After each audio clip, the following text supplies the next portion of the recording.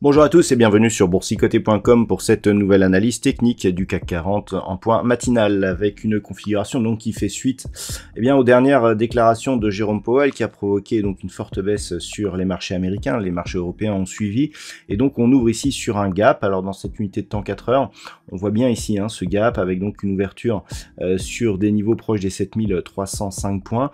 On vient ici chercher une zone horizontale intermédiaire qui était donc liée à un retracement de Fibonacci.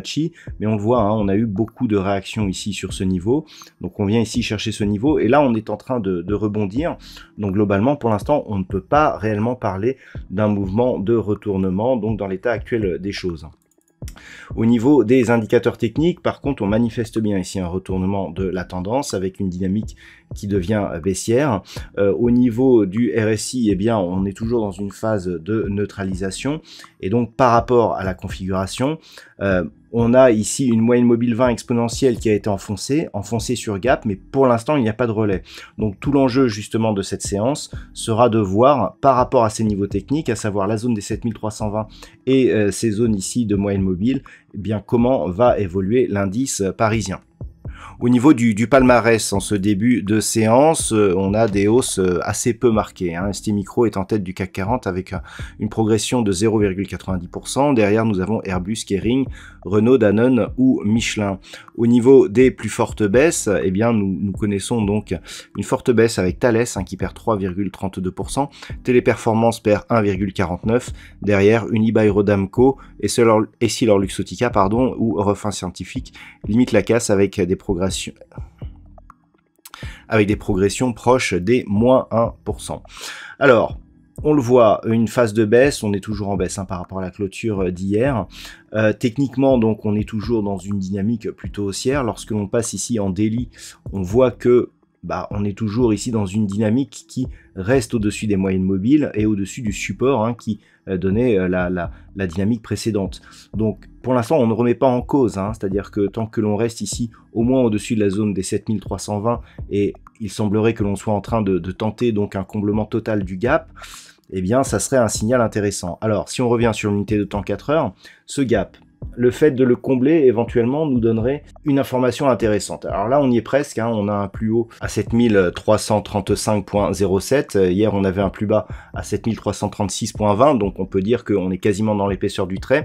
Si par exemple on comble ce gap ou qu'il reste comme ça à un point près et que l'on repart à la baisse, clairement on aura ici du point de vue de cette dynamique à court terme un gap de rupture qui donnera un signal ici de mouvement baissier peut-être plus important. Par contre, si on comble ce gap et vu ici ces dernières bougies et que l'on clôture au-dessus, par exemple au niveau de la zone des 7360 points, là clairement on aura un signal donc de consolidation qui pourrait reprendre. Et si on clôturait ne serait-ce qu'au-dessus des 7350 points, la séance pourrait nous dire au final on monte ici, on baisse, on ouvre ici sur une précédente zone de gap, je vous en ai pas parlé, mais ici le gap que nous avions entre jeudi et vendredi dernier, on tente un comblement qui n'est que partiel.